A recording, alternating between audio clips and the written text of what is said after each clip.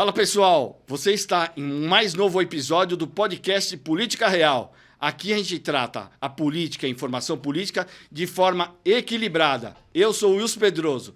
Nosso convidado de hoje é o vereador eleito mais novo pela cidade de São Paulo, tem opiniões claras e às vezes duras, Fernando Holliday. É isso aí. Valeu, cara. Valeu, Wilson. Prazer estar aqui com você, viu? Prazer te rever também. Faz tempo que eu não te via. Fizemos campanha junto, já tivemos lá no caminhão, fora Dilma, fora Dilma. É verdade. Agora a gente vai falar um pouco sobre isso também. Deixa eu perguntar, você nasceu em São Paulo? Isso, eu nasci em São Paulo. Minha família é quase inteira do interior da Bahia, boa parte, inclusive, ainda vive lá. Pelo menos uma vez por ano eu tento visitar todos eles. Mas eu nasci em São Paulo, na Brasilândia. Na Brasilândia. Isso. Sou da Zona Norte também, eu sou de Santa Terezinha. Sou Santana, Santa Terezinha. Legal. Deixa eu te perguntar, você tem quantos irmãos? Nenhum. Nenhum irmão? Nenhum. Você morou sozinho com a sua mãe, é isso? Exatamente. E ela que te criou ao longo desse período todo? A minha história ela é um pouco, eu diria até curiosa, né? Porque eu nasci em 1996, né? E quando eu nasci, minha mãe vivia com o meu pai. Minha mãe era auxiliar de limpeza no Hospital Universitário da USP. Inclusive, por lá ela se aposentou. Eu tô até te perguntando porque eu costumo sempre estudar os convidados, né? Uhum. E eu não encontrei direito essa tua história do Holiday antes, sabe? Infância, né? Infância, adolescência. Porque muitas vezes você vê lá, eu entrevistei o Dória, tem lá, o pai foi caçado, sabe? O Ricardo, o pai perdeu a coisa, estudou na escola pública, e você eu acabei não encontrando direito. Por isso que eu queria aqui, até para você compartilhar com as pessoas. Boa. E até uma história curiosa. Porque minha mãe era auxiliar de limpeza ali no Hospital Universitário da USP, e o meu pai era garçom, trabalhou em diversos restaurantes e tudo mais. E ele gostava muito de viajar, e gostava de viajar, inclusive, para tentar abrir negócio. Ele gostava de ver cidades onde ele podia ter mais chance de abrir negócio e tal. E 9 meses depois de eu ter nascido, isso foi em abril de 97, na Semana Santa, inclusive, ele falou para minha mãe que ia fazer mais uma dessas viagens. Inclusive falou para ela, né, que ia voltar, trazer o bacalhau, fazer ali a Semana Santa, que ia ser a minha primeira Semana Santa em casa, né? Quantos anos? Tinha 9 meses de nascido, não tinha nem completado um ano ainda. E aí meu pai foi viajar para uma cidade chamada Nepomuceno, em Minas Gerais. Conheço. Conhece? Fiz uma tatuagem lá, você acredita? Um carnaval. Caramba! Era um moleque que tinha 18 anos. São João Nepomuceno, não é? Caramba, exatamente. E aí, o que acontece? O meu pai nunca chegou lá e nunca mais voltou para casa. E até hoje a gente não sabe o que aconteceu com ele. Não acharam corpo, foram de carro, não acharam carro, não acharam vestimenta, documento, dinheiro, nada. Sumiu com absolutamente tudo. E aí, na época, claro, minha mãe foi na polícia, tanto em Minas quanto em São Paulo. Fez aquela coisa de desaparecidos e tal, etc. E nunca acharam. E aí, por conta disso, eu acabei sendo criado somente pela minha mãe. Ela se mudou para Carapicuíba. E até hoje não apareceu mesmo. Exatamente. Não é que ele até sumiu hoje... aí de repente... Não, até hoje não apareceu. E aí, a minha mãe se mudou para Carapicuíba, onde eu fui criado de fato, né? E cresci lá, né? Estudei na escola pública, coisa toda. Mas não conheci meu pai. Você estudou em escola pública, né? Exatamente. Você foi de movimento estudantil da escola ou não? Não. Inclusive, nunca tive interesse por política na escola. Então, eu antes da escola pública, eu estudei escola pública, mas anterior a isso, eu acabei me filiando, participei de política antes, mas muitas das pessoas, a escola acaba motivando a virar político, né? ou fazer política. O que já que não foi, eu achei que tivesse sido na escola. Se não foi na escola, o que te motivou a fazer política ou participar de política? Olha, isso é interessante, porque a maior parte do tempo da escola eu não tive nenhum interesse por política, zero, assim, e era um aluno mediano também, nada extraordinário. Aí... Tudo. Pois é. Só que aí foi no finalzinho da escola mesmo, no ensino médio, que eu comecei a desenvolver esse interesse por conta de um professor, um só, especificamente. Era um professor de língua portuguesa, tanto que eu lembro o nome dele até hoje, Moisés, o nome. Um professor muito ligado ao PT, à esquerda, aquela coisa toda. E eu lembro quando ele me provocou sobre o assunto cotas raciais, que não à toa é um assunto que eu debato até hoje. E aí ele estava numa aula falando sobre vestibular, Enem, que a gente tinha que começar a se preparar. E aí eu lembro, como se fosse hoje, ele chega para os alunos e diz, olha, vocês precisam estudar muito, tá? Porque não é fácil, mas o fulano, Beltrano, o Fernando e o ciclano e o fulano não vão precisar estudar tanto, vocês vão ter uma ajudinha lá na frente. Aí todo mundo, né? Como assim? Para quem que ele apontou? O que essas pessoas têm a ver? São premiados e sorteio e tal. Aí eu perguntei, né? Mas professor, por que a gente? Não tô entendendo. Não, é porque vocês são negros e tem o sistema de cotas raciais. Aí, tipo, todo mundo assim, sabe? Meio que... E ele fez realmente para chocar, para provocar. Porque boa parte dos alunos, infelizmente, na escola pública, geralmente não se interessa por essas coisas. Então, é chocante. Mas eu vi hoje, né, olhando em retrospectiva, eu vejo como um professor que estava tentando chamar a atenção dos alunos. E aí... eu fiquei revoltado, né? Eu falei, como assim? Mas só porque eu sou negro e tal, etc.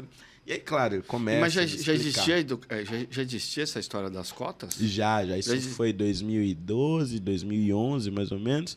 As cotas, ainda não havia uma política nacional então, como tem hoje, mas já tinha... Mas já existia a discussão, Exatamente. mas não é. Exatamente. Mas algumas universidades já tinham implementado, né? Eu, quando participei da escola pública, eu também montei o Grêmio, e eu era já da juventude, PSDB. Mas quem me incentivou foi uma professora de inglês que era filiada no PCdoB. Olha isso. E um professor de história que era filiado no PT. Então não tinha nada a ver. É que eles viram que eu era de movimento estudantil e eu precisava quebrar uma questão com o diretor que não permitia que a comunidade tivesse propriedade da escola, do espaço público, né? Sim. E eu fui lá justamente porque era uma escola no meio de uma favela, na Cachoeirinha, e era o único espaço público que as crianças tinham para fazer alguma coisa no final de semana, ou feriados, essas coisas. E eu fui para a linha de frente justamente para quebrar essa resistência do diretor e conseguir. Tá? Fiquei lá 2 anos lá. Depois isso aí acabou, fui para a faculdade, mas foi justamente para quebrar a resistência dessa história de a comunidade não poder não pertencer à escola, sabe? Aquele espaço público. Legal. E aí, apareceu o MBL na sua vida ou foi anterior? Não, o MBL ele vai aparecer, acho que uns 2 ou 3 anos depois disso acontecer, porque...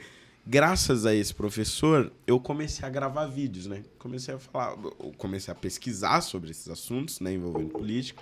Fui formando meu posicionamento mais à direita, que eu fui... Na questão de cotas. Na questão de cotas. E isso de negros ou tudo? Ou todas as outras cotas? Não.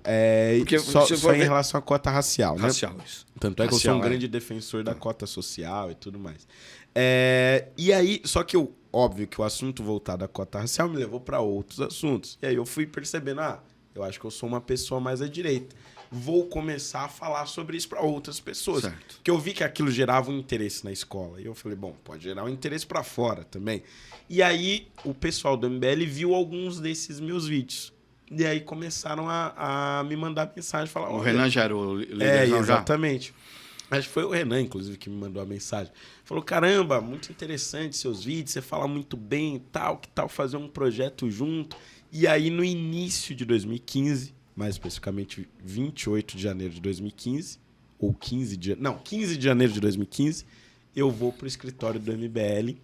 E a ideia inicial era montar um canal de YouTube, né? Que é lá na Aclimação. Exatamente. Pai de casa.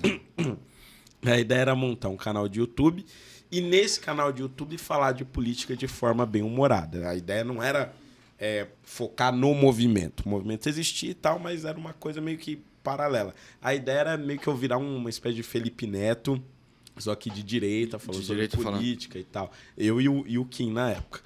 E só que aí Kim já tinha o Kim? Já estava lá. Já tinha alguns vídeos gravados. Não era tão famoso, óbvio. O MBL nasceu quando? Estava nascendo. O MBL ele surge como um movimento em novembro de 2014. Acabou o segundo turno, eles fundam um movimento. Eu entro em janeiro, 2 meses depois. E aí, naquele período, a ideia era realmente tratar de comunicação. entretenimento com política. Só que o Ives Gandra Martins vai ser o primeiro jurista a dizer que a Dilma poderia sofrer impeachment. E ali é ali que tem a virada, é onde a gente começa a organizar a primeira manifestação. E a gente vai falar da manifestação, mas no que o movimento ajudou a construir sua forma política, seus objetivos? Ele ajudou a moldar, o movimento ajudou a moldar o Fernando Holliday de hoje? Ah, sim, com certeza. Eu diria que foi absolutamente essencial. Porque, pra você ter ideia, antes de fazer parte do MBL, eu nunca tinha ido a uma manifestação de rua na minha vida. Muitas pessoas me perguntam sobre 2013, né? Ah, mas 2013 foi essencial, etc. 2013 foi essencial no sentido de que eu passei a me interessar muito mais por política, a pesquisar muito mais e a buscar entender as forças políticas do país.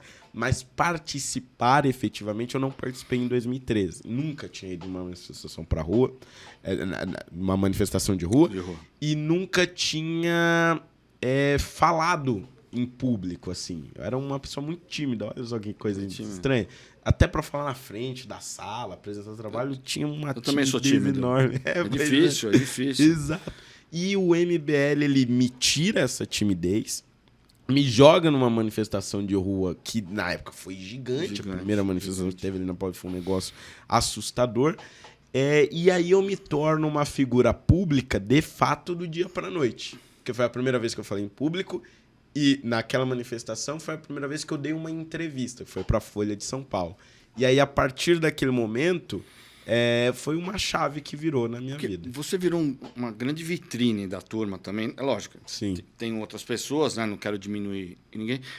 Mas naquele momento você virou uma grande vitrine, né? Sim. Você era jovem, negro.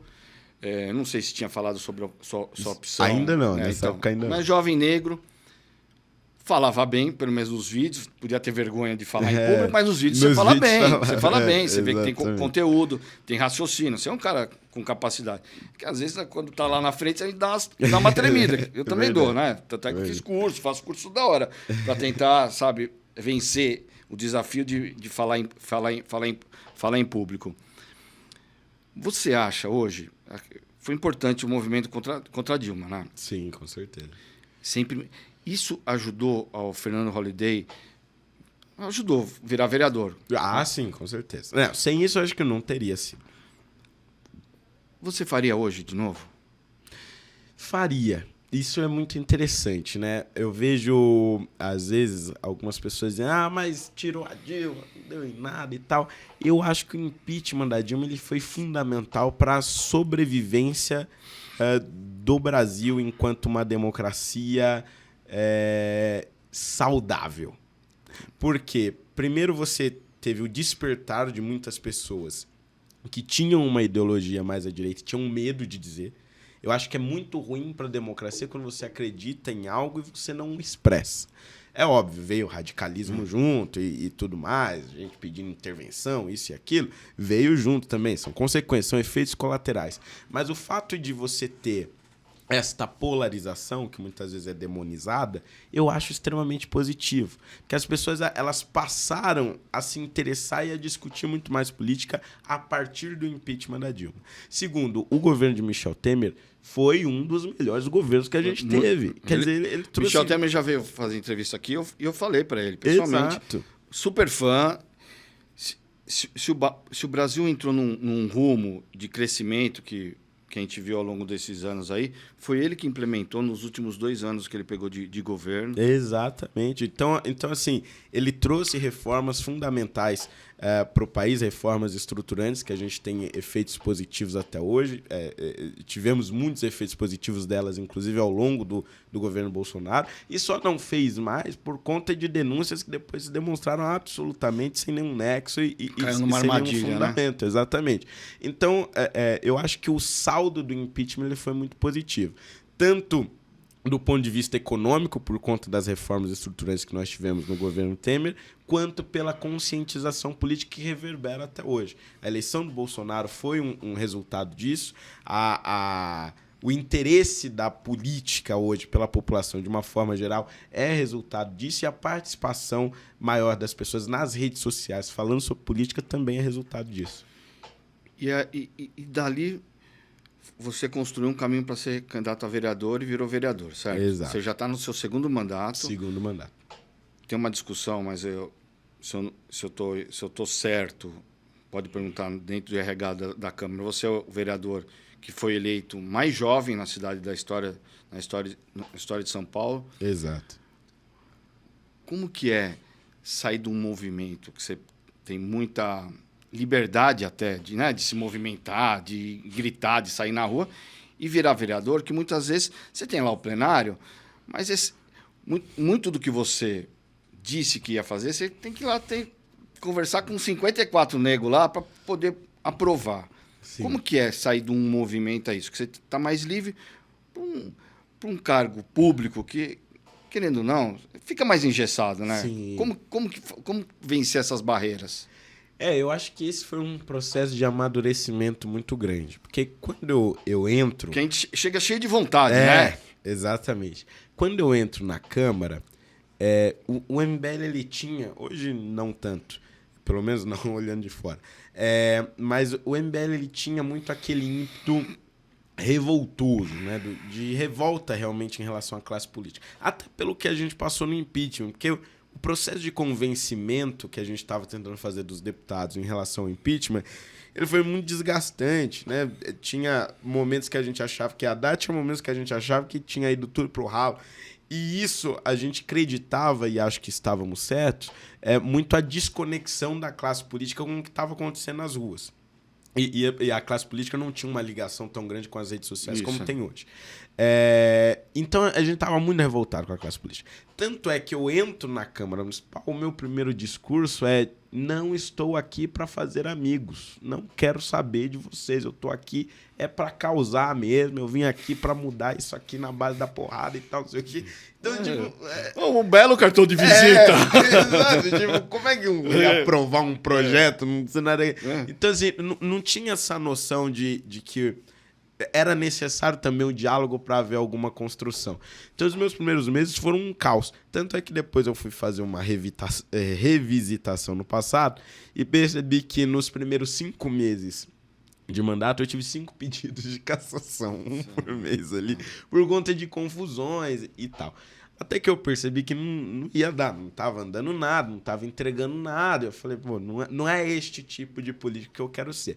E aí é onde eu começo, lentamente, não vai do dia para a noite, claro, mas num processo de despertar, de dizer, olha, eu também preciso construir alguma coisa. Política não é somente a destruição. Porque as pessoas também esperam que você entregue alguma coisa, né? Não adianta ficar só gritando, porque os caras um dia cansam, né? Exato, né? Só gritaria, né? Só gritaria. Um dia cansa, inclusive acaba cansando o seu eleitor, porque o seu eleitor está com 26 agora. 26 anos. Daqui a pouco você está com 30, o teu eleitor já está pensando diferente do que pensava lá atrás. Né? Ele vai amadurecendo junto, né? E esse amadurecimento te fez repensar teu processo de continuar no MBL? Ah, sim, com certeza. Bom, eu acho que teve 2 momentos de amadurecimento. O primeiro foi em relação aos meus adversários políticos, né? Foi uma experiência que eu tive com o Suplicy, que eu tinha que relatar um projeto dele, do Renda Básica, que é uma bandeira já antiga, do Suplicy e tal. Então, fala bastante disso. E fica aquele livro dele debaixo do braço. Já ganhei esse livro, com autógrafo e tudo mais. E eu tinha um outro projeto, que era o Revogás, que é um projeto que eu adoro, que eu revoguei mais de 100 leis, inclusive foi sancionado pelo Bruno Covas e tal. Bom, mas o que aconteceu? Eu precisava da assinatura do Suplicy, porque sem o apoio de alguém da oposição eu não ia conseguir avançar com aquele meu projeto. E eu era o relator desse projeto de renda básica do Suplicy.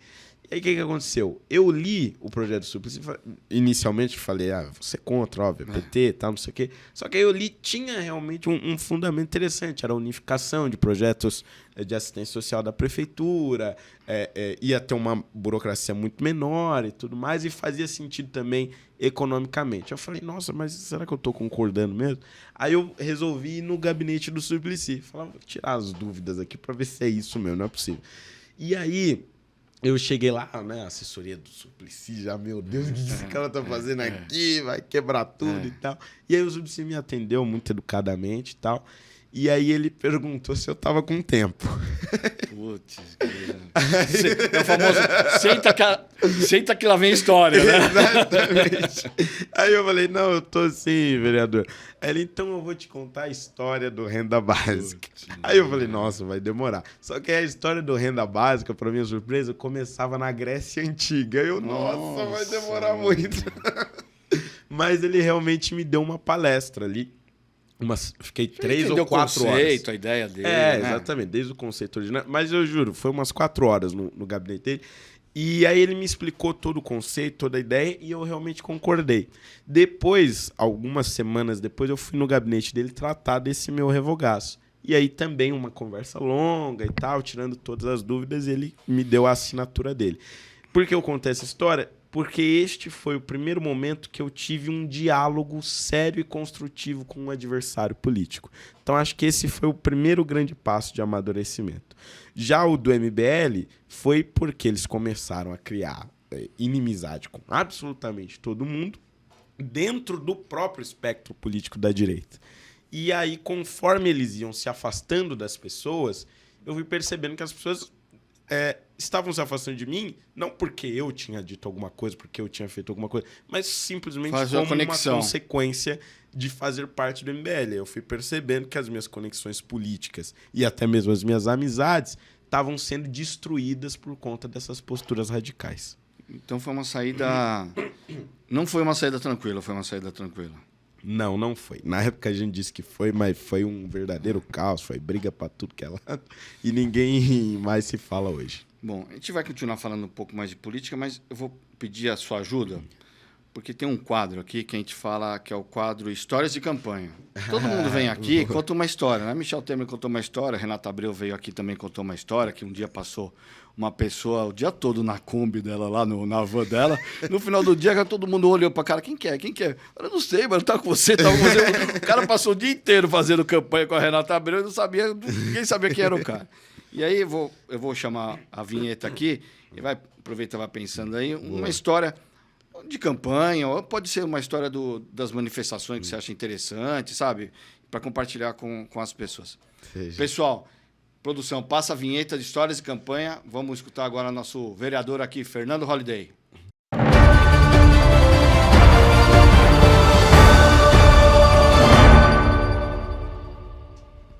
Bom, qual que é a história de campanha que você tem que dá para compartilhar com o pessoal que está assistindo? Boa. Cara, eu pensei em algumas histórias de campanha, mas é que não tem nenhuma tão boa quanto a da posse. Pode ser uma da posse? Pode. Que essa é realmente muito boa.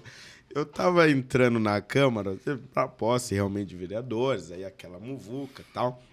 E aí eu fui entrar pela primeira vez como vereador no elevador privativo dos vereadores, que por óbvio só os vereadores podem usar. E na época, hoje não tem mais, mas na época ainda tinha os ascensoristas que estavam, inclusive, controlando para não virar a muvuca. Não tem mais? Nem o que vai no plenário? Não, depois da pandemia não colocaram. Tinha um que via até fantasma. Exatamente, são umas histórias famosas desses. E aí tinha uma senhora como ascensorista, e aí na hora ela não estava dentro do elevador, né? E aí eu fui entrando, e ela veio lá do corredor gritando, ei, aí eu virei assim, moleque, sai daí agora, que esse elevador é só para vereador. Aí eu amei assim, assustado. Eu falei, mas senhora, eu sou vereador, eu acabei de ser eleito. Ela, ai meu Deus do céu, me perdoa. Então, porque isso aconteceu diversas vezes, por exemplo, de pessoas irem bater na porta do gabinete, e às vezes era eu mesmo que atendia, porque meu gabinete não tem essa, não tinha ninguém não tem específico. Foto também, tá só o nome lá, né? Exato. Daí eu chegava lá na porta, Aí a pessoa, não, eu gostaria de falar com o vereador. Eu não sou eu mesmo. Por conta de eu ter sido eleito muito jovem, muito né? jovem, né? Então aconteceu várias vezes de eu ser barrado em algum lugar. Mas quem é você? Quem é esse moleque aí? Tal, não sei o quê. Então, aí entrando... Isso é um pouco de também preconceito, né? Exatamente. Tem todo, né? A gente dá risada, né? Mas acaba, né, sendo... Quantas vezes, né? Eu digo que a minha dificuldade na política era assim, ele é muito novo. Agora ele é muito velho, entendeu? Que hora que eu vou? Que hora que vocês vão deixar eu crescer? Tinha isso, né? Menino. Aí, não, tá muito velho. Caramba, onde que eu perdi o time aí? Mas aí, não sei se foi o primeiro a assumir, se assumiu uma... Não sei se você me corrige se eu estiver errado nas coisas, porque às vezes, né, é um mimimi essas coisas. A condição de ser LGTB. É isso? LGBT. LGBT. Até eu me conto. Então é isso. Você foi o primeiro vereador a assumir ou não? Deve ter uns... Foi. Assumir, né? Então, exatamente. Assumir, Todas as matérias na época diziam, primeiro gay assumido, tal, porque realmente havia boatos de que, fulano é isso, fulano é aquilo, mas assumido, dizer, olha, eu sou realmente... Na época eu me identificava como gay, né? Hoje eu me identifico como bissexual, mas o primeiro a dizer abertamente fui eu. E isso é muito curioso porque... A esquerda em São Paulo é quem sempre abraçou muito mais essas pautas, LGBT, tal, PT, PSOL, e nunca tinha havido até então... Dentro do MBL, só para cortar, tudo bem? Você assumir? Não, foi bem tranquilo, foi bem de boa. Só que é o que você falou, a esquerda, né? A esquerda tudo bem, né? A direita, os caras... Né? Não, no MBL nunca tive problema com isso. Agora, eu percebi um incômodo muito grande da esquerda com isso. Tanto é que eu acho que na eleição seguinte, eles passaram a investir muito mais em candidaturas LGBTs. Tanto é que hoje você tem uma vereadora lésbica e você tinha também a Erika Hilton, que era transexual. Né? Ou seja, LGBT, negro, só minoria, né? Exatamente. Inclusive o negro, você, em algum momento da sua vida, você foi fazer até um DNA para saber realmente de onde vinha a tua árvore, né? Exatamente. Foi Angola? a convite do UOL, Angola? isso. Angola? 60% da Angola e, curiosamente, 30% da Hungria. Da onde veio essa Hungria? Eu fiz isso aí também uma vez. Eu falei, deixa eu ver se meu nariz não tem nada com libanês. Né? Porque eu ia nos lugares, você é libanês? Que libanês, pô? Eu não sou libanês, eu sou espanhol com português, 70%. Aí vem uma mistura italiana, vem, sabe? Uma coisa assim. Tem as isso. pequenas misturas. Deve ter o libanês lá embaixo, mas não é o que me informou. Por que eu estou te perguntando? Porque, ao mesmo tempo, os movimentos negros, LGBT, muitas vezes não te abraçam. Porque você também tem posições, não sei se contrárias, mas tem posições diferentes do que eles acreditam. O negócio de cotas, você é contrário. Sim. Mas por quê? Esse assunto é complexo. Inclusive, já peço desculpa se eu demorar muito. Não, que eu preciso ir lá nas origens. Eu já vou me preparando para entrevistar o Suplicy. Que assim, há uma discussão histórica toda vez que a gente fala de cotas raciais, né? E veja, eu concordo com o movimento negro. Acho que você fala, não sei onde eu li, você fala que você acha que o negócio de cotas, eles menosprezam os negros. Exatamente. Mas não é só isso, acho que é um erro de leitura histórica deles também. Que eles dizem o seguinte, resumindo a grosso modo, né? A justificativa para a cota. Você teve a escravidão por 3 séculos, depois disso os negros foram abandonados à própria sorte e não teve nenhuma política de compensação, tal, então agora a cota compensa. Então, realmente, isso faz sentido, essa parte da escravidão, não teve nenhuma compensação, todo mundo para a periferia, então negros muito pobres e tal, sem nenhuma compensação, agora está tendo a compensação. Esta é a ideia geral. O problema é, a partir do momento que acaba a escravidão, e antes disso já havia, mas depois disso vai ter muito mais, vai haver uma intensa miscigenação, uma mistura muito intensa de negros com imigrantes europeus, que estavam vindo também para o Brasil, para pegar aqueles empregos no início do século XX. essa mistura ela foi tão intensa, tão forte, que alguns autores vão dizer que ela não se compara a nenhum outro lugar do mundo.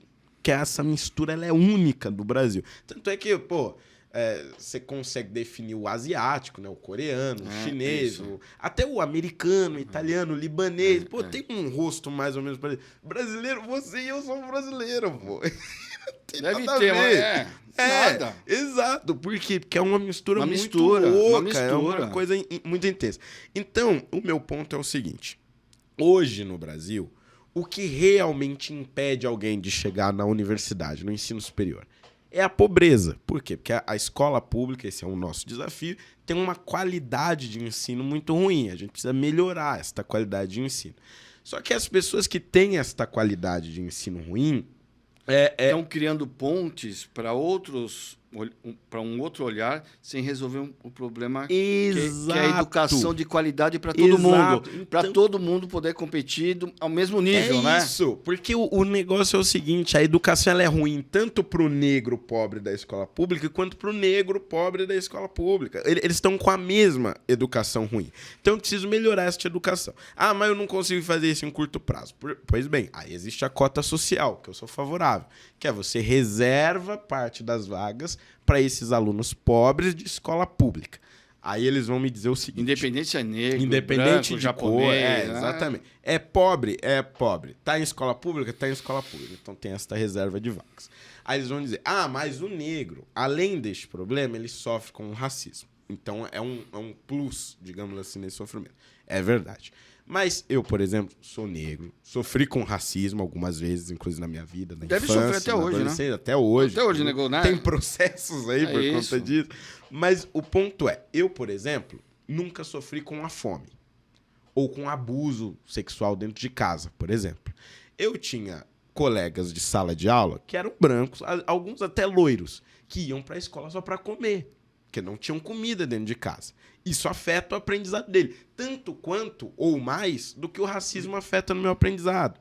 A menina branca, pobre, que é abusada dentro de casa, também vai ter naquele abuso um peso que vai impedir ela de aprender tanto quanto os outros alunos. Então, percebe? O aluno gay, o aluno trans, quer dizer, você não tem como você criar uma cota para cada um desses problemas. Cada um dos segmentos. Não dá pra você criar uma espécie de competição do sofrimento. Quem sofre mais, eu dou cota. Você cria uma cota em cima da pobreza. Exato. Em cima da dificuldade... Nesse sentido, eu considero a cota social muito mais justa.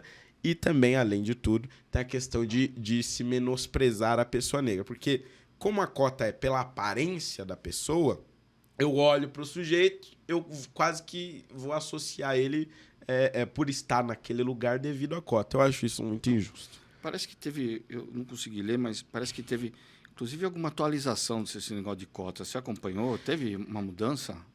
Teve algumas, né? Por exemplo, recentemente nós passamos a ter, na verdade isso já faz alguns anos, mas agora é federal.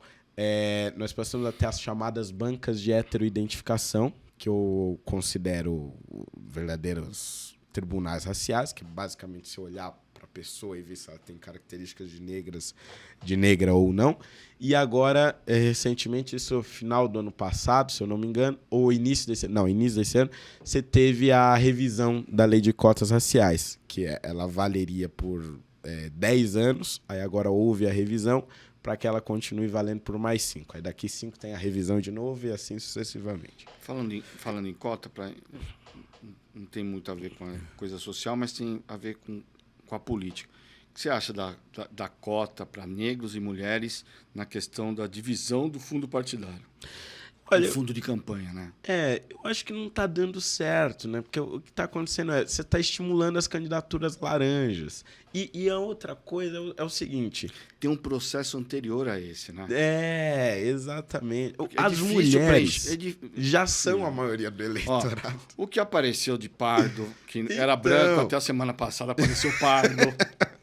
Eu faço campanha, né? Coordenei várias campanhas. Depois registrou branco. Aí uma semana apareceu pardo. Muda para pardo, Mulher, é difícil, porque você tem que ainda criar Um negócio da cultura das mulheres. Não é falando que tem dinheiro Exato. para ela participar, que ela vai virar política, que vai gostar da política e vai fazer. E outra, as mulheres não estão votando nas mulheres. Então há algum problema aí. Porque as mulheres já são maioria no são eleitorado. maioria. E esta maioria de mulheres está votando em homem. Por quê? Quer dizer, ninguém se questiona isso, não tem um estudo profundo. Então, assim... tu fala, tudo tá virando ponte sem resolver o problema, É, né? exatamente. Tudo vira, não, tu precisa resolver. Mas não resolve, tem lá, vira e mexe na empresa, você vê as candidaturas laranjas, principalmente das mulheres. Principalmente das mulheres.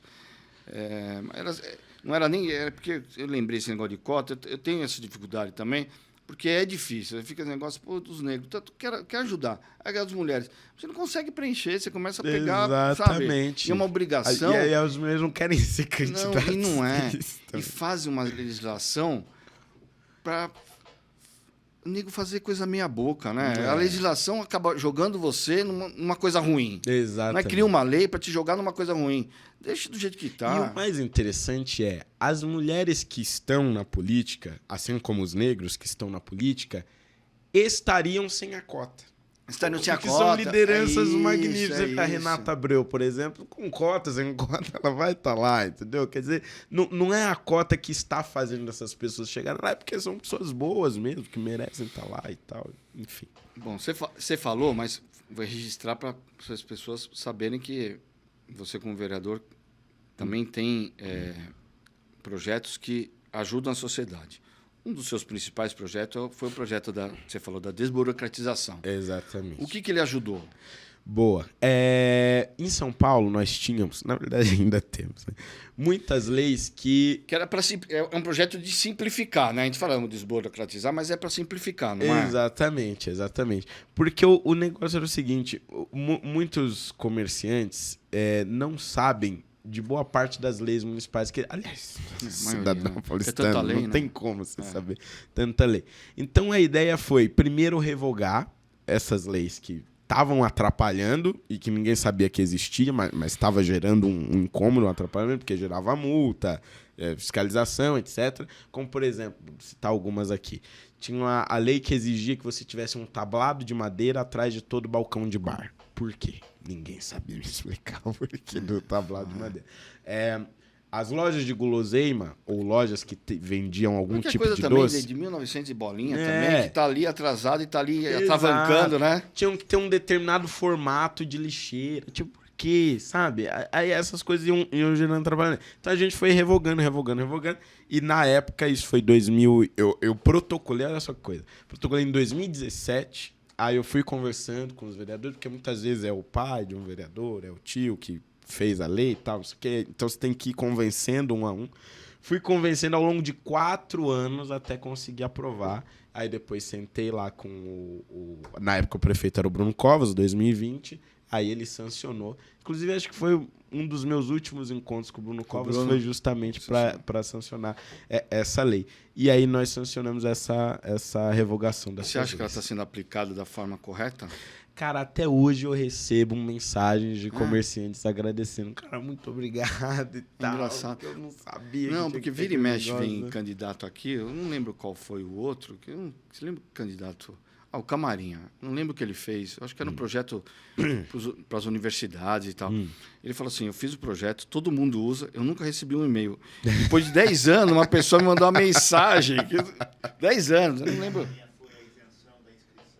A isenção da inscrição para as universidades. Sim. Nunca ninguém me agradeceu. Todo mundo fala, todo mundo virou pai do negócio, né? Pô, a cota, lá, cota social e tal. Exato. O cara se inscreve nas universidades, nunca ninguém me agradeceu. Eu recebi um e-mail outro dia, eu acho 10 que anos. Isso daí é resultado das redes sociais. Porque o negócio é o seguinte, se eu não tivesse as minhas redes, eu acho que também ninguém ia saber ia ficar disso. sabendo, né?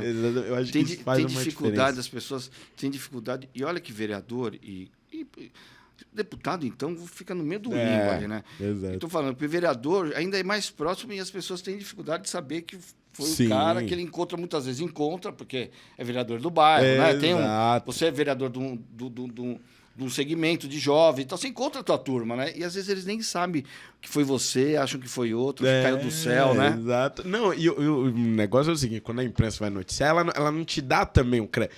A Globo News, eu fiquei impressionado com isso. Globo News nunca fala de lei municipal, só quando é um negócio. Globo News fez uma matéria com as leis. Olha, prefeito Bruno Covas sanciona a revogação de diversas leis. Aí começou a aparecer no painel: olha, revogou a lei disso, a lei daqui. Aí começaram a debater. Eu falei: caramba, em algum momento eu vou falar. Juro, ficaram 7 minutos no ar. Foi Deus que fez. Aconteceu. Caiu do céu. Muito interessante essa lei que eu não sei quem fez. Ainda dá para melhorar isso? Porque eu pergunto, porque muitos outros municípios ou outras capitais acabaram acompanhando a sua lei, né? Copia e cola, cada um faz, eles fazem, né? Exatamente. Copia e cola, às vezes dá uma melhorada ali, ou, dependendo da realidade local, mas fazem copia e cola. Ainda dá para melhorar isso, você acha? Cara, olha, eu não sei agora se por iniciativa de vereador, porque tinha muitas coisas ali que dependiam de iniciativa do executivo. Mas, por exemplo, tinha muitas coisas que eu queria fazer como vereador e não poderia, depender do executivo, que está sendo feita agora pelo Ricardo Nunes como prefeito. Por exemplo, a gente teve agora recentemente a isenção de IPTU na pessoal da Cracolândia, né? Vai ser votado agora definitivamente ainda na Câmara. Mas é uma das coisas que eu sempre prezei desde o meu primeiro mandato. Quer dizer, a gente precisa olhar para o centro da cidade. A gente precisa trazer incentivos para que a gente tenha mais negócios no centro, mais vida no centro. Aí está tendo esta lei agora. Há pouco tempo nós tivemos a do retrofit para permitir a reforma daqueles prédios mais históricos, né? Facilitar esse processo. Você teve o PIO Central também, trazendo diversos incentivos ali na economia do centro. Então, acho que são coisas que o tempo também vai permitindo que aconteça. Esse negócio da Cracolândia, eu tenho a minha impressão, né? Eu já fui do governo, fui da prefeitura. É uma questão de saúde pública e não é fácil de resolver. Mas tem que ter coragem para enfrentar. Meu sentimento é que a Câmara, o prefeito Ricardo Nunes, vamos dar nome, né? O prefeito Ricardo Nunes e até o próprio Tarcísio abraçaram para tentar achar uma solução que não é fácil, que é uma solução complexa, mas estão querendo resolver, não é? Você não tem esse sentimento? Vocês na Câmara, o prefeito e o governo estão olhando de verdade lá, não que os outros não tivessem olhado, mas, sabe, enfrentando de verdade. Eu acho que está tendo uma sinergia muito boa entre o governador e o prefeito nesse sentido. Porque, por exemplo, um tema que era polêmico e que eu vi que está começando a, digamos, desnuviar, né, retirando os preconceitos, era o da internação compulsória. Claro, a gente sabe que a internação compulsória não é um negócio que você sai internado, aí tá todo mundo... Os próprios médicos que tem que dar o atestado se sentem inseguros. Eu vou dar e depois vão vir para cima de mim e ninguém vai me proteger, né? Exatamente. Mas o que havia?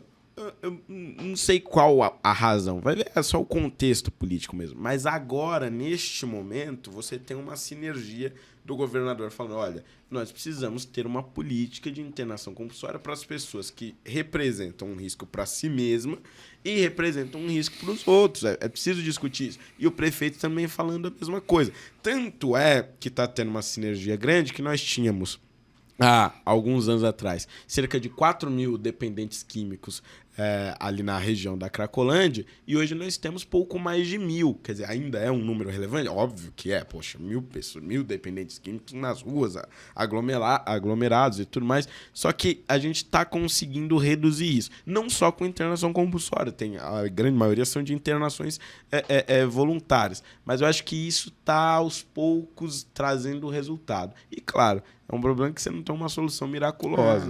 É um processo. É um processo. Bom, mas você é polêmico, né? Nas suas posições. Eu vou falar duas aqui que deve ser também, não é fácil. Que você não é a favor do aborto. Eu sou contra o aborto. Exatamente. Contra o aborto e contra a discriminação das drogas. Exatamente. Inclusive maconha? Também. Inclusive maconha. Maconha, principalmente, é um público jovem, que, é difícil, né? Exatamente. É um público que segue, mas que tem, sabe, entre os jovens, a gente sabe como é. Eu sou contra também, porque eu tenho um filho de 10 anos, eu quero dormir tranquilo, sabendo que, pelo menos, ele está tendo se ele fizer, porque né, a gente sabe como funciona. Mas se ele estiver fazendo, ou fizer, ou vier a fazer, pelo menos que ele saiba que ele está fazendo algo errado. Porque quando você abre as portas, você vai falar: não presta, mas pode fazer. Não é? É verdade. Sou contra, Pode ser uma opinião egoísta da minha parte, que eu estou pensando na questão do meu filho, mas é verdade, ó. Não é legal, porque a partir da hora que você abre a cerveja, né? Eu encho a cara. Exatamente. Certo? Eu sei que eu tô errado, mas tá liberado. Tá podendo. Né? Você tá na calçada, ninguém enche o saco, né? Exatamente. Né? Mas, principalmente, vamos tirar um pouco dessa questão das drogas, principalmente o aborto.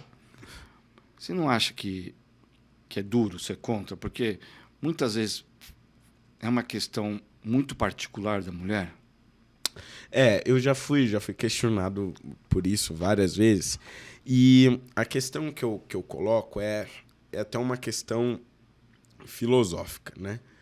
Por exemplo, o que faz eu ter muito mais compaixão por uma criança na rua pedindo esmola que eu estou vendo e que está na janela do meu carro, do que a criança agora que está morrendo de desnutrição na África que eu não estou vendo? A questão é ver, é isto. Mas o horror é o mesmo, certo? A criança morrendo lá, a criança com fome aqui, é um horror, é uma coisa tenebrosa. Mas com a criança que eu estou vendo na janela do meu carro, eu me compadeço muito mais. A mesma questão é referente ao aborto. A ciência ela tem um consenso sobre quando começa a vida? Não tem. Tem gente que vai dizer que é na 8ª semana, porque é o início do sistema neurológico. Aí tem gente que vai dizer, não, vida é na 24ª semana, quando tem vários órgãos, tal, não sei o quê. E tem gente que vai dizer que vida mesmo é só depois que nasce. Isso. E aqueles que dizem que a vida é na concepção, né? Quando você forma o DNA. O negócio é o seguinte, se eu tenho... E eu sempre uso esse exemplo, que é um exemplo muito tosco, mas eu não consigo encontrar um exemplo mais claro do que esse. Para as pessoas entenderem. Exatamente. Se eu tenho uma caixa fechada, certo? E existe a chance de ter um bebê ali dentro, e aí por alguma razão idiota, um jogo, seja lá o que for, eu tenho que esfaquear a caixa. Mesmo não sabendo se tem um bebê ali dentro. Eu vou esfaquear a caixa sabendo da possibilidade de haver um bebê? Não vou. Não quero correr o risco de matar uma criança. Em relação ao aborto, é isto. A ciência ela não consegue me dar um consenso sobre quando começa a vida.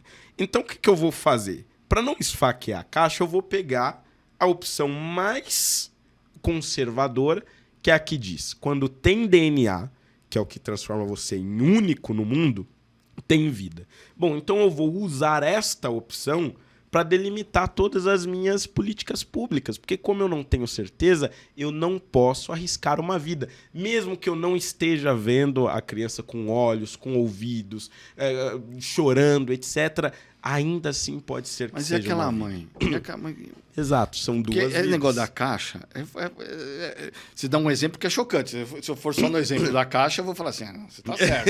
Né? Mas tem outros exemplos. Sim, exatamente. Aí a grande questão é a seguinte, quais são as opções que eu posso preservar as duas vidas ao máximo de tempo? Tem gente que vai dizer, olha, a vida da mãe vale mais porque ela já é um ser humano formado, porque ela já tem participação na sociedade, porque ela vive, come, dorme, etc. Eu realmente não consigo ficar com essa opção. A não ser que seja um caso, igual nós tivemos há alguns anos ou meses atrás, que é, por exemplo, uma criança de 10 anos foi estuprada, a gravidez gerava um risco para ela e pro filho. Quer dizer, os dois poderiam morrer se o negócio continuasse assim. Aí, realmente, é uma opção médica, do tipo, igual eu tenho numa emergência, uma pessoa com hemorragia interna, a outra acabou de levar um tiro, quem que eu salvo primeiro? Quer dizer, não tem, é uma questão puramente médica. A não ser nestes casos, eu sou completamente contra, porque são vidas, e vidas precisam ser preservadas, por mais que eu tenha uma compaixão maior por uma determinada vida do que por outra.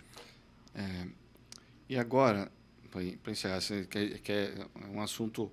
um assunto vai atrás da outra, é um assunto mais difícil que o outro. Outro dia no G1, eu vi uma reportagem que o Hospital das Clínicas está fazendo operação, não sei se o nome é operação, da mudança transgênica. Sim, sabe? A transição. Isso. A transição, um cara com 18 anos faz o que quiser, né? Sim. Mas está fazendo também, aceitando crianças. Exato. Ou jovens. Criança, porque tem gente fazendo que tem de 4 a 12 anos. Você acha que...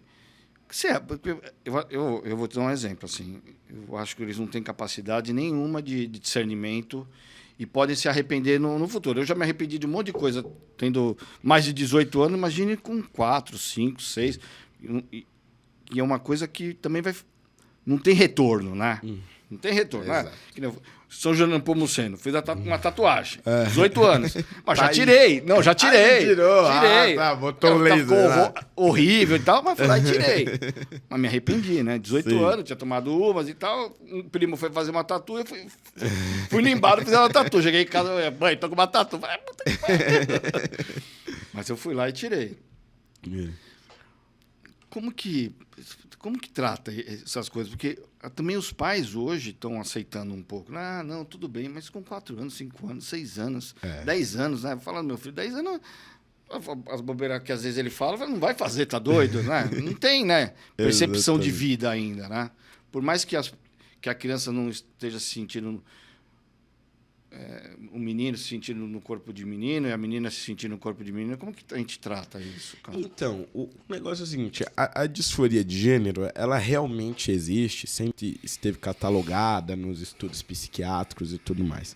A grande questão é que de um tempo para cá, essa ideologia de gênero, que eles chamam de identidade de gênero, ela começou a dizer que toda e qualquer sexualidade, ela é construída socialmente. Então, é a construção social que forma a minha sexualidade. Não tem nenhuma determinação no sexo. Isso é um problema grave, porque nós passamos a dar para a criança que estaria nesse processo de formação da sua sexualidade uma responsabilidade que na história da humanidade ela nunca teve. Que é definir o resto da sua vida nos primeiros anos da sua vida. Quer dizer, é uma coisa maluca. Este processo de transição que o Hospital das Clínicas está fazendo, disseram, não, mas não é definitivo. É óbvio que vai causar consequências pro resto da vida da criança. Imagina, aos 13, 14 anos, quando uma menina começaria a desenvolver os seios, por exemplo, teria a primeira menstruação, que é um processo absolutamente fundamental para a formação de uma mulher, pode ser impedido pela transição de gênero. Quer dizer, você dá hormônios para a criança para que os seios não cresçam, para que a menstruação não venha, para que quando ela tiver 18 anos ela já possa fazer a mudança de sexo, que eles chamam ali de transição, sei lá, enfim, etc. Mas a questão é, você está dando para a criança uma responsabilidade que ela não deveria ter e que ela nunca teve na história da humanidade. E tudo isso em nome de uma ideologia. É isso que se trata. Quer dizer, a ideia de que o gênero ele é fluido e de que ele é construído a partir das suas experiências de vida. Isso não é verdade. A biologia ela tem um impacto muito grande sobre essas pessoas. Vai ter, sim, pessoas que realmente têm a disforia, que na idade adulta realmente não vão se identificar com o próprio corpo, e pode acontecer o diabo a quadro, não vai ter jeito, a pessoa realmente vai... Tem. Mas está formado, né, para tomar decisão, né? Mas aí ela já tem a sua própria formação, entende o que aquilo significa. As crianças não tanto entendem. O que me traz certo desconforto são as crianças. Depois que o cara tá com a formação de opinião, tem já vida dele, vida privada e tudo mais. Bom, vamos voltar para a política. Você foi eleito pelo DEM, passou pelo Patriota, pelo Novo, pelo Republicano e agora está no PL. Nossa Senhora. Na minha época eu ia chamar que isso é política de velho, né? Você não acha... E aí eu estou brincando, mas você não acha que te traz um certo carimbo ruim, esse negócio de... Porque com certeza. O Novo é totalmente diferente do Republicano, que é totalmente diferente do PL, que pode ser até um pouco parecido com o DEM, né? Mas tem alguns ali, o Patriota que Patriota é um partido novo. O Patriota era o mais próximo do PL. Era mais próximo? Porque era mais bolsonarista. Mas você não acha que isso te traz um carimbo ruim? Eu acho que traz um cara... Não pro eleitor. Porque você é um cara, né? Você imagina o Holiday, você imagina um cara de mente aberta, né? Com novas opções, cara diferente da velha política, isso tu não te traz para aquilo que você defendia muitas vezes, que era, olha, a velha política. Fazia discurso, não fazia? Contra a velha política. Verdade. Não te joga para a velha política? Então, eu acho que pro eleitor não mais. Porque o eleitor, ele não... Eu percebi isso. O partido não é um fator, assim. As pessoas votam nas pessoas, né? Votam nas pessoas e tal. E eu sempre tive esse discurso meio que, independente do partido que eu tiver, vocês precisam olhar para as minhas ideias. Inclusive, quando eu estava no MBL, eu dizia, né? Eu não sou do DEM, eu sou do MBL e tal. Então, eu acho que a minha formação para o eleitor, eu sempre criei essa expectativa de que, olha, a qualquer momento eu posso mudar de partido. Não conta muito com isso. E pelo que eu percebo, assim, sinto nas redes, as pessoas, elas entendem muito bem. Agora, é muito ruim para minha imagem na política mesmo, nos bastidores da política. Porque aí eu não consigo fincar raízes, né? A ideia de que ele entrou no partido, mas a qualquer momento ele pode sair, aí eu não consigo crescer no partido, não consigo gerar influência e tal. Então, isso, para minha construção política interna, é muito ruim. Por isso que toda vez... Por que você teve que dar esse pinga aí? O problema foi o segundo mandato. Porque o primeiro, ele me elegi pelo DEM e tal, e continuei no DEM, e o MBL estava todo unido em torno do DEM, sem problema. O negócio foi, no segundo mandato... Você ficou o mandato todo no DEM? Fiquei o mandato todo no DEM. O Mamãe Falei vinha para candidato a prefeito. E eu estava no MBL e no DEM. E, óbvio, ele não ia ser candidato pelo DEM. E, óbvio, o MBL não podia ter um candidato a vereador num partido, outro né, candidato a prefeito. Não sei. Então, já foi o primeiro problema. Aí tive que sair por conta do MBL. Ele foi pelo Patriota? Não lembro. Foi pelo Patriota. Aí fizemos pelo Patriota, não sei o quê. Aí, 2020 é onde se intensificam as minhas brigas internas com o MBL. Aí vai, essa briga vai até o início de 2021. Eu estava no Patriota e o MBL todo no Patriota, né? Dominando o diretório municipal do Patriota. Aí eu saí do Patriota. Não tinha como eu continuar no mesmo partido que o MBL. Aí eu comecei a fazer críticas ao partido, etc. Abrir um processo de expulsão. E aí aí me mandaram. Só que aí eu fico com o meu mandato, né? Isso. E aí é um outro problema, que aí eu posso sair a qualquer momento e tal, não sei o quê. Aí eu saí do MBL, meu Deus, pra onde eu vou? Aí vem aquela coisa, né? Vários partidos, não sei o que e tal. Eu já estava começando uma linha de me aproximar do Bolsonaro, mas não tinha virado a chave. Eu falei, não posso ir para um partido que ainda é bolsonarista, que é muito bolsonarista. Então eu falei, vou ficar no meio termo, vou pro Partido Novo. Fui pro Novo, aí fiquei lá quase um ano. Competi para deputado federal, perdi, etc. Chegou o segundo turno. Você acha que a tua saída do MBL ajudou a você ter menos voto? Eu acho que se eu tivesse saído do MBL e imediatamente aderido ao Bolsonaro, eu acho que eu teria sido eleito. Ou eu ficava no MBL ou eu aderi ao Bolsonaro. Do caminho, nem lá nem cá, fui atropelado. Aí o que acontece? Fui candidato no Novo, perdi a eleição. Aí eu, no segundo turno novo, eu ficava naquela, mas vamos apoiar alguém? Não vamos apoiar ninguém. Vamos apoiar alguém? Não... Aí eu me enchi os pataquá da paciência, falei, que se dane isso aqui. Aí eu fui embora. Falei, vou para algum outro lugar. Para onde? O Republicano está com o Tarcísio? Vou, porque eu não sabia se eu seria aceito no PL, né? Porque eu já tinha falado muito mal do Bolsonaro, aquela coisa toda. Aí eu fui pro Republicanos. Só que o Republicanos de lá para cá começou uma tendência de Lula, veja bem, talvez tenha ministro, não sei o quê, nananã.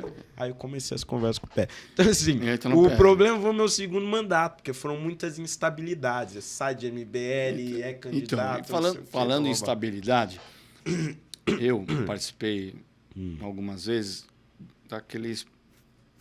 Do palanque do MBL lá na Paulista, principalmente, eu acho que foi uma vez ou duas vezes, por conta da eleição do Bolsonaro contra o Haddad, né? Isso, era contra o Haddad. Exato. Um deles, acabei levando o Dória, né? Até brinquei com você que eu tenho ainda 2 camisetas do Bolsodória. Fui lá pro palanque com vocês, a gente começou meio que esquentar para receber o Dória, que aí lançou um negócio do Dória. Mas por que eu estou te perguntando? Porque é isso. Nós, de alguma forma, os movimentos, ajudamos a eleger o Bolsonaro, elegemos o Dória, tudo não é uma coisa. Aqui era vocês não queriam o negócio do Márcio, que era de esquerda, e lá o Haddad. Bolsonaro eleito. Não vamos falar se fez coisa, se está certo ou não vou entrar nessa questão. Mas nós começamos a criticar. Sim, né? sim. Eu, você, né, e algumas outras pessoas. Ou seja, você começou a criticar. Aí, de repente, agora, eu ainda tenho minhas opiniões contra o Bolsonaro. Mas você agora foi pro PL. Tô lá. E falou que é o garoto prodígio dele, sei lá. Usou uma palavra prodígio, né? Foi isso? É o... Não. Pródigo. É o filho pródigo. Filho pródigo do Bolsonaro. Cara, tá meio confuso. A história tá meio confusa. Como que é lá. isso? O negócio foi o seguinte. Na eleição de 2022, quando Porque a coisa... o que mudou a tua visão? Já emenda aí. O que mudou na tua visão do ex-presidente de um tempo para cá? Aconteceu comigo em 2022 o mesmo que aconteceu em 2018. Quando a coisa começou a funilar, nesse caso ainda no primeiro turno, eu já estava incomodado com o Novo, com aquela coisa de manter uma candidatura que não tinha a menor condição de dar certo, que era do Felipe Dávila e aquela autoenganação de podemos ganhar, tal, não sei o quê. Isso já estava me incomodando profundamente. Só que o negócio era o seguinte: o Lula, ele nunca foi uma alternativa para mim, assim, em hipótese alguma. Nunca foi. E todas as pessoas com quem eu tinha convivido no meu início de carreira, que era o MBL, estava dizendo que Lula e Bolsonaro eram idênticos. E aí eu comecei a me revoltar com isso. Falar, gente, não é, pelo amor de Deus. Nós estamos falando de projetos completamente diferentes, de pessoas que atuaram no governo com erros e acertos, mas de forma completamente diferente. E o que aconteceu? Em 2020, aí eu volto 2 anos antes, foi a chave da virada pelo seguinte: uma das coisas que fez o MBL romper definitivamente com o Bolsonaro e o que me fez fazer as críticas mais duras em relação a ele foi naquele contexto da saída do Moro. Quando o Moro sai do governo e diz, olha, o presidente está tentando interferir na Polícia Federal, etc. Aquilo me revoltou de uma forma, de um jeito, que aquele vídeo até hoje botam lá no ar, que eu falo, Bolsonaro é um jumento, corrupto, não sei o que e tal. Acontece que o Moro não trouxe nenhuma prova do que ele tá falando. Antes, sem as redes sociais, o nego falava a mesma coisa, mas depois falava que não falou, né? Não falei, nunca falei isso, né?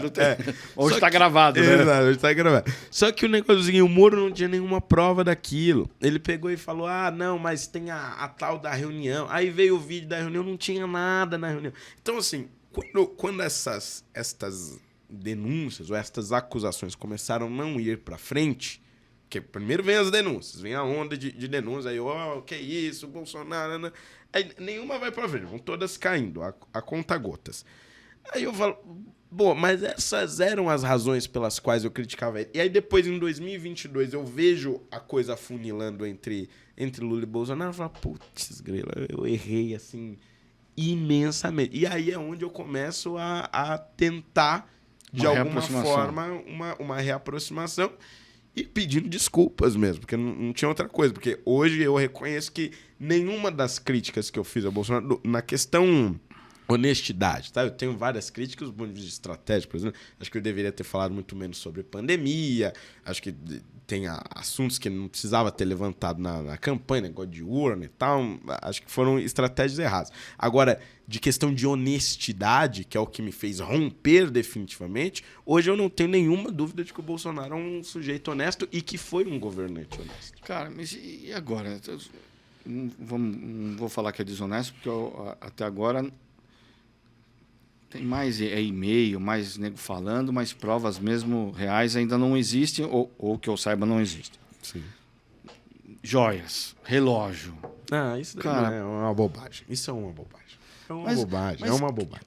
Mas crime não é o cara que rouba a bicicleta e o cara que rouba dinheiro, os 10 milhões? Roubo, era um presente. Como é que eu roubo um presente que eu ganhei? Isso não faz o menor sentido. A lei, ela não era clara. Este é o grande problema. A lei não era clara. A gente tinha uma lei de 91, tem ainda uma lei de 91 no governo Collor, um decreto de 2002 do Fernando Henrique, que diz, olha, o acervo pessoal do presidente da República pode, inclusive, ser vendido para a própria União, deve ser oferecido à União e depois pode ser oferecido para outros compradores e tudo mais. O grande problema é que... do jeito que eles fizeram para vender, Então, não parece, mas não parece que é coisa errada. Aí que vem a coisa. Qual é o tipo de erro que tá ali? É tipo, não declarei para Receita. É tipo assim, eu dou uma multa. Tipo, eu comprei um iPhone nos Estados Unidos. É velha história. Todo mundo já foi para os Estados Unidos. Eu já fiz isso. Você vai lá, compra um iPhone nos Estados Unidos. Aí você vem com ele como se você já tivesse ido usar. Não declarei na Receita. Tá bom. Se a Receita descobre, vou lá, aplico a multa, anota, pago o imposto. Mas prisão, busca e apreensão... Não é um presente personalíssimo. É do cara. É deselegante você vender um presente. Eu não venderia um presente. Mas, crime. Você mandar o cara pra cadeia. Tem santa paciência. E aí, pra fechar com essa história, tem também a história agora do hacker da Zambelli, que ela é uma gênio, né? A Zambelli é uma gênio, né? Desculpa, eu tenho que dar opinião. Eu vou trazer ela para entrevistar aqui, mas eu vou falar, né? Não, isso aí nossa, não dá. Apresentar o cara... No dia da eleição, correr atrás não sabe, com uma arma. Foram erros sucessivos. Vai, deixa eu não deveria ter feito esse comentário, mas já fiz. Já foi. O hacker disse que o Bolsonaro falou o negócio das urnas, que tá todo aquele sentimento de golpe. Hoje, você mais próximo do Bolsonaro, ele falou ou não falou, você acha?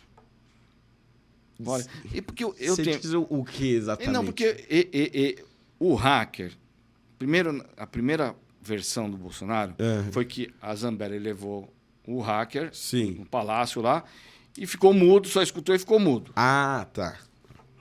Agora tem uma história no celular, num posto de gasolina, no McDonald's, ligou pro Bolsonaro e o Bolsonaro falou assim, vê lá o negócio da urna lá, entra, e depois marcou com o Ministério da Defesa. E o Bolsonaro falou que também não teve isso. Entendi.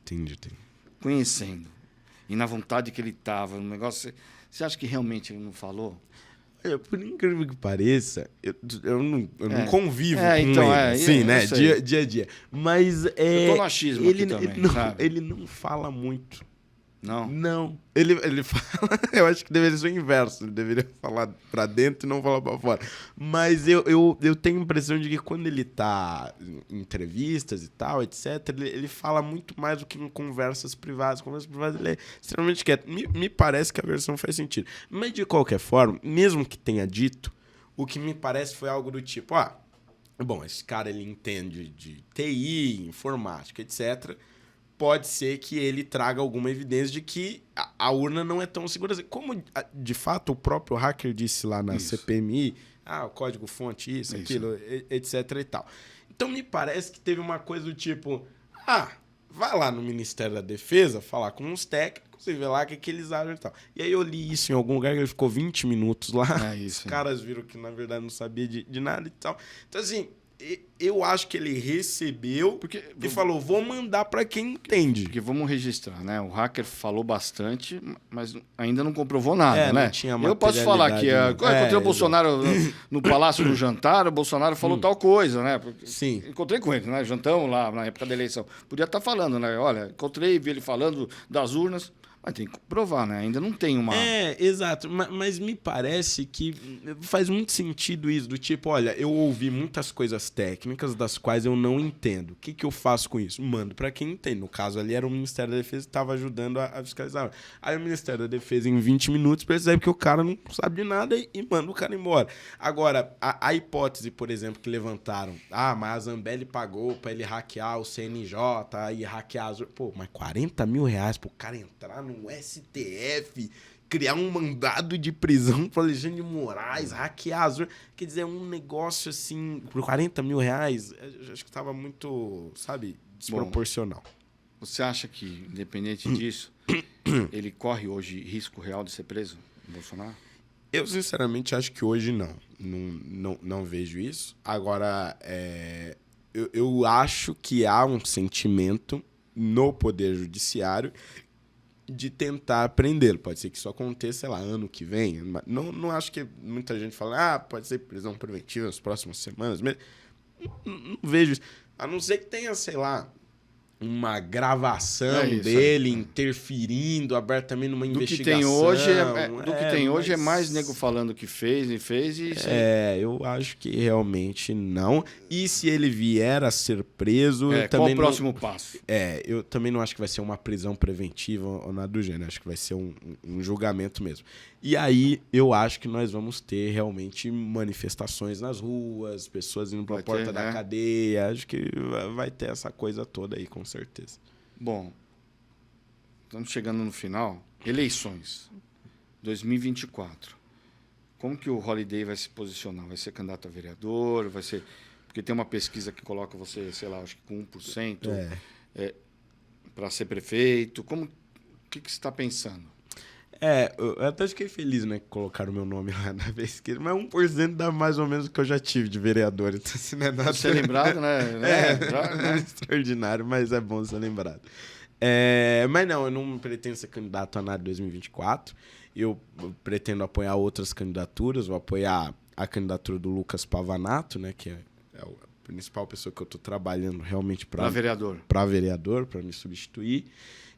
Mas não só ele, a ideia é que eu apoie outros candidatos jovens. Eu quero pelo menos achar mais 1 ou 2 candidatos no PL que eu possa, de alguma forma, tentar alavancar com as minhas redes, fazendo vídeos, etc.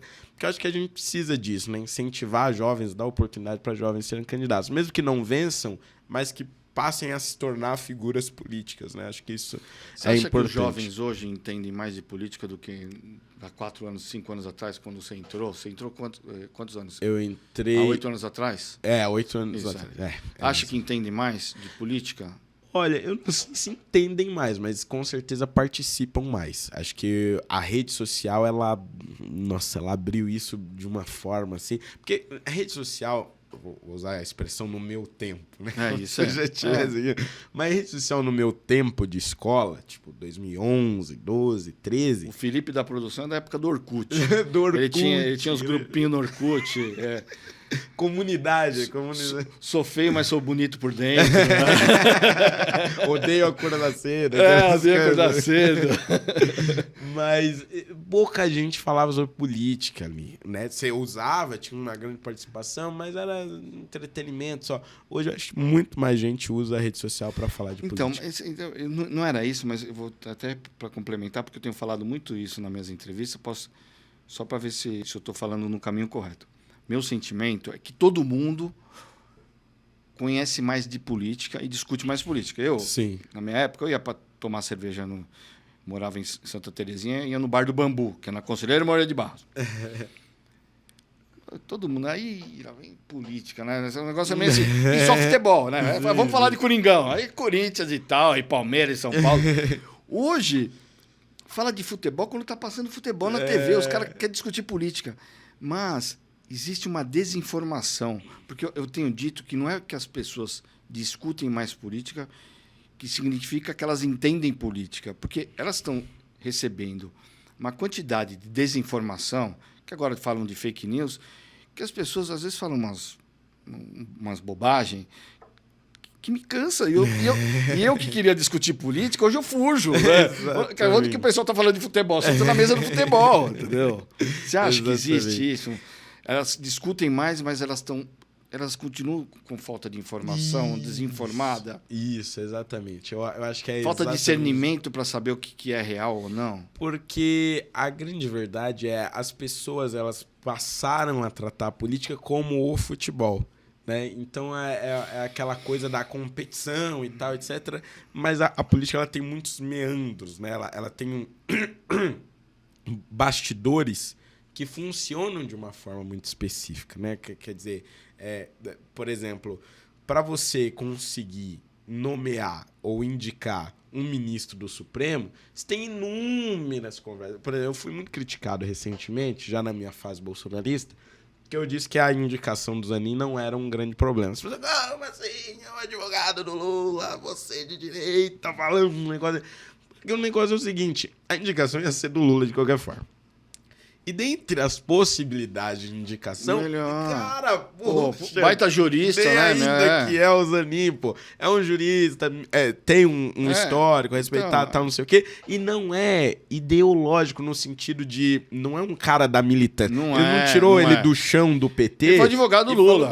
Foi lá e contratou um profissional. Agora, se ele colocasse, sei lá, Flávio Dino, por exemplo, que aí já é mais um militante, ou qualquer outra pessoa do PT, aí seria uma atuação muito mais ideológica.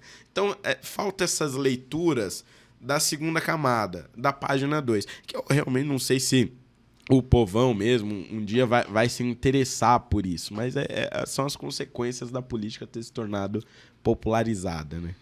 Que eu acho positivo, no fim das contas, acho que é mais positivo do que negativo. Lá na frente, deputado federal, não? Isso, eu penso em 2026 vir candidato a deputado federal. Agora, claro, isso vai depender se fora do mandato eu vou conseguir me manter em evidência, né? Isso vai ser meu mandato desafio. também não foi fácil, né? Você teve 2 episódios lá que tô lembrando, que eu não sei se deve ter afetado o seu dia a dia. Um que foi aquele atentado lá, que você até mostrou o furo de bala e tal. E outra história do vazamento lá da história das emendas. Exatamente. Como que afetou isso aí? Não, isso afetou você bastante no dia a dia? porque eu tive que ficar com escolta, né? Eu fiquei com escolta por quase um ano. Primeiro por conta do tiro, depois por conta da ação controlada, que eu denunciei um esquema de emendas. E aí eu tive que ficar com escolta e com colete à prova de balas, porque teve algumas ameaças por conta disso. Aí as ameaças reduziram, acabou um pouco, mas eu ainda tô com escolta. Mas né? a relação lá na Câmara? Ficou muito prejudicada, porque, né, querendo ou não, gravei um ex-vereador. E, assim, política, você pode fazer o que você quiser, o Zé Turim. Zé Turim. Então você pode fazer o que você quiser, mas você gravar uma conversa é um negócio muito prejudicial. Você queima a sua imagem demais. Só que ninguém nunca tinha me oferecido nada de errado, né? Eu tava lá há 5 anos, nunca teve nenhuma proposta indecente nem nada. E aí, na hora que eu recebi, que era basicamente para quem está nos assistindo, a proposta era eu pegar minhas emendas, mandar para eventos da cultura e depois retornar 40%. Na hora que eu recebi, eu falei, o que eu faço com essa informação? Eu só finjo que não vi e tal. E aí, na época, eu decidi denunciar para a MP. Se eu faria isso hoje, não faria. Por quê? Porque tá todo mundo solto e eu tô preso, entre aspas, né, com escolta, com colete à prova de balas. Inclusive, posso fazer um merchan aqui? Pode. Brasil Paralelo tá lançando um documentário sobre essa história e contando sobre as consequências também, ou não consequências dessa minha denúncia. Então, acho que, assim, sabendo de todas as consequências hoje, que não aconteceu nada com quem eu denunciei e eu tive que mudar totalmente a minha vida e fiquei completamente queimado na política, não teria feito. Teria dito não, muito obrigado e teria seguido para casa. Então, aproveitando a sua reflexão, vou fazer a última pergunta do programa, que é o que o Fernando Holliday... Porque falar jovem, né? Falar pro jovem é difícil, né? Falaria pro jovem, né? Falaria pro jovem que participou das manifestações contra a Dilma, impeachment da Dilma. O que você falaria para a gente encerrar nossa entrevista? Putz, eu falaria tantas coisas que eu poderia falar, mas eu acho que a que eu mais com certeza falaria é respira fundo, antes de falar, pense, antes de fazer, repense. Odei. Valeu, cara. Obrigado. Grande entrevista. Obrigado por ter vindo, viu? Valeu, obrigado mesmo. Foi um prazer. Você que nos assistiu, hoje, Fernando Holliday, vereador eleito mais novo da cidade de São Paulo. Nos siga nas redes sociais e faça sua inscrição no nosso canal. Até o próximo episódio. Muito obrigado.